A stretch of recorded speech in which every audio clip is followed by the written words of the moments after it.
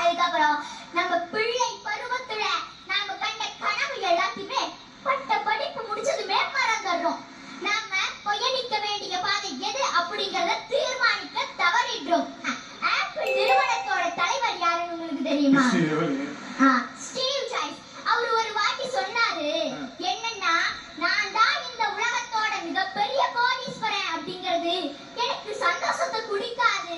இன்னொன்னு, நான் ஒவ்வொரு நாளும் நைட்டு தூங்க போகும்போதும் இன்னைக்கு எனக்கு பிடிச்ச ஒரு வேலையை நான் செஞ்சு முடிச்சேன் அப்படிங்கறதுதான் எனக்கு உண்மையான சந்தோஷத்தை தரும் அப்படின்னு சொன்னாரு. அருணிமா சின்ஹா அவங்க ஒரு பெண் கைப்பந்து வீராங்கனை.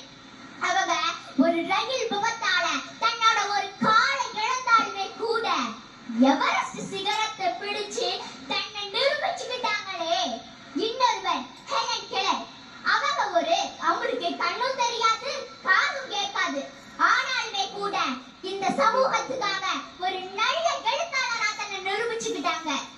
இப்ப நான் சொன்ன எல்லாருமே தன்னை பலகீனமாவோ இல்ல முடியாதுன்னு நினைச்சிருந்தா தன்னோட சுயத்தையும் இழந்திருப்பாங்க.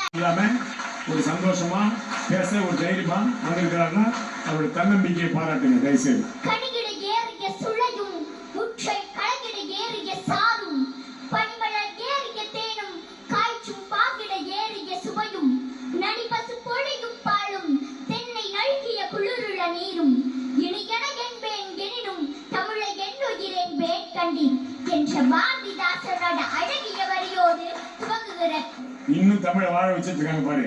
இது மாதிரி சமுதாயம் இது வரும்போது நிறைய தமிழை வாழ வைப்பாங்க. தமிழ் என்றும் சாகாதுன்றது இவங்க ஒரு உதாரணம். ஓகே, என்னோட பேரு காயாழினி. நான் ஒரு அரசு பள்ளி மாணவி. தனக்காக வாழ்றதுதான் சிறப்பானது அப்படின்னு பேச வந்திருக்கேன்.